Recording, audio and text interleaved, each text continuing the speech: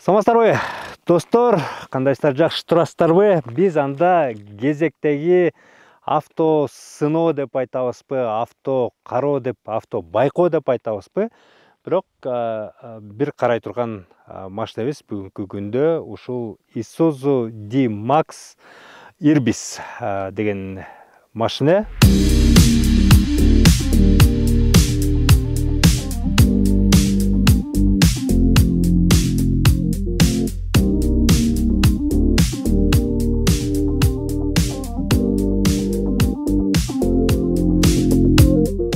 Бул пикап. Isuzu бул жапондордун машинеси, жапондордун өндүрүшү, жапондордон чыгат. Бирок негизи эле жапондордун машинесиби, Американын машинесиби, Европанын машинесиби өзүңүздөр билсеңиздер керек. Мисалы, дүйнөнүн ар кайсы жерлеринде булардын чогултуучу заводдору болот. Анан могул ушул эки пикап болсо, бул Өзбекстандан чогултулган. Эмнеге муну азыр биз ушу сиздерге сыноо, байкоо кылып көрсөтүп аткан себебибиз дагы бир нерсе. Буга чейин билесиздерби, биз Chevrolet Tahoe'ны көрсөткөнбүз. Анын сыноосун сиздер ушу биздин YouTube каналдан көрсөңүздөр болот.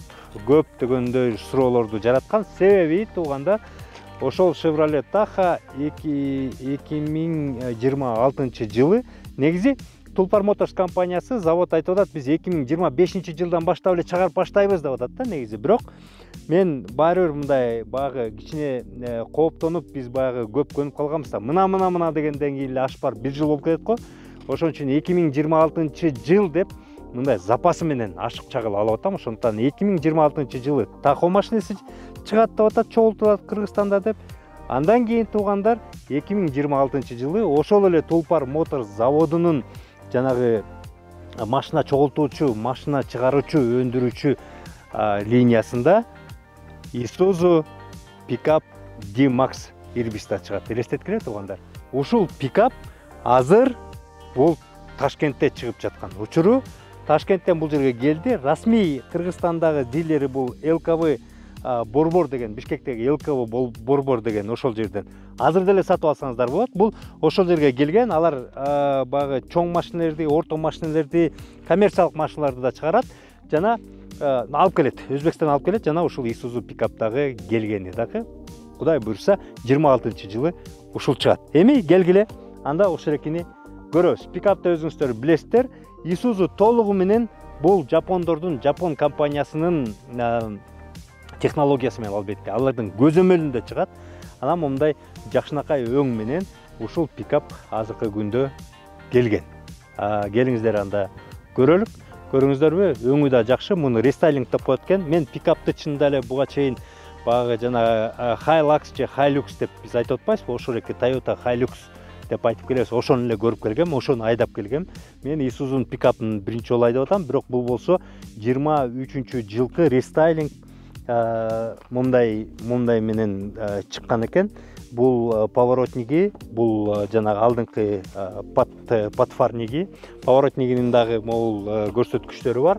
Эми сыртын айтып келе турган болсок, бул пикап албетте туугандар шаар ичинде чоң джиптердей эле бул ыңгайсыз. Бирок айыл жергесинде момундай болгон тоолуу жерлерге өзгөчө мисалы ар бир жүк ташыган адамдарга бул абдан сонун нерсе экен. Мунун ушул версиясы LSI деп коет экен. Бул толук комплектация версиясы экен.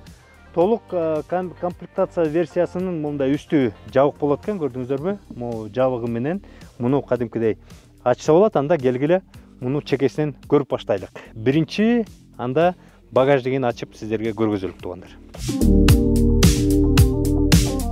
Биздин пикап туугандар дизель. Бул дизель майды колдонот. Бул дизель кубаттуулугу, кыймылдаткычынын кубаттуулугу объему 3. Турбо дизель, турбасы бар, бир турбо. Жүрүшү биз трассадан Жумгалга чейин барып келдик. Жүрүшү эми дизелдердей эле керемет. Багажнигинен баштайлык, андан башка жагын дагы айтып келелик. Могу үстүндөгү өзүңүздөр билесиздер, пикап борт болот, могу кошумча болот, бирок бул кошумчасы ошол эки ЛКВ борбордо муну деле ошо ушул версиясына кошо берет экен туугандар. Могу үстү дагы ачылат, бул жагы дагы ачылат. Могул багажга 1 тонна же болбосо 1000 килограмм груз кенен өзүнүн форматында ушуну ташый алат экен. Бул жерде биз эми ичин таза кылып коюп, айылга барганда, тоого барганда жүктөрүбүздүн баарын салып койдук. Аябай мындай жакшы ыңгайлуу нерсе экен. 360 эмес, бирок алды арты камералар көрүнүп турат экен. Арткы камерасы, анан момундай тургучу бар. Эгерде бул эме жок болсо, борту жок болсо, андай жок болсо, анда мынтип туруп алсаңыздар албетте болот. Паркову менен аркасын багажниги ушундай. Кеттик анда иш жагына. Эми арт жагын көрөлүк. Артында 2 орунду, бирок эми ылайдын баарын басууга туура келет. Могул жерде килемчеси аябай сонун экен. Муну ЛКВдан кылдыбы же өзүнүкү билбейм, аябай мындай кызыл кылып койгон экен. Бирок биз айылга барганда аркасына 2 чоң бала менен бир кичинекей бала отуруп келди. Кенен барып келишти. Мен боюм сиздерге дагы эскертип коеюн. 1.74 карагыла. 1.74 болгондо толугу менен могул жерде карагыла канча орун бар, үстүндө канча орун бар. Бул жерде подлокотник бар. Анан эми бирок мындай да антип айтайын десең, туугандар, баары бул пикап да. Бул 200кадай болбойт. Бул комфорту кичине азыраак, могу арткы жөлөңгүчтөрү жатпайт. Албетте ошон үчүн мисалы бирөө артында кишилер отурса, бул алыс жолго эмес. Эми кыргыздар албетте алыс жолго деле кете берет, бирок менимче алыс жолдо мисалы көбүрөөк кыйналат болуш керек. Эми балдар өткөндө барып эле келишти, кыйналбай эле барып келдик деди, но ошентсе деле. Мындай илгичи бар экен. Двухзонный климат контроль деп коет экен. Артында подогревтери жок, бирок мындай подлокотниги бар. Но мындай эми көп алыска эмес, узундук жолдорго мындай кыйла эле комфорттуу экен. Эми ичин, достор. Ичи бул рестайлингдейт. Мен башка эскилерди карап көрсөм, эскилери мындай эмес экен, бирок бул азыр эмне деп айталык? Мындай экраны бар экен. Мультимедиа экраны. Мультимедиа экранында эми Toyota'da эмес экен. Мен мындай кичине мунун башка жүргөн турганы башкача экен. Могул жагын мындай түшүнүш керек экен да. Toyota'ныкы башкача, бирок мунуку кичине башкача экен. Isuzu'га мен отуруп көрбөгөндөн го биринчи көнө албай, анан көндүм. Могул жери бүт электрондуу экен. Мындай эки бардачогу бар экен. Бул жака. Алды моолары подогрев.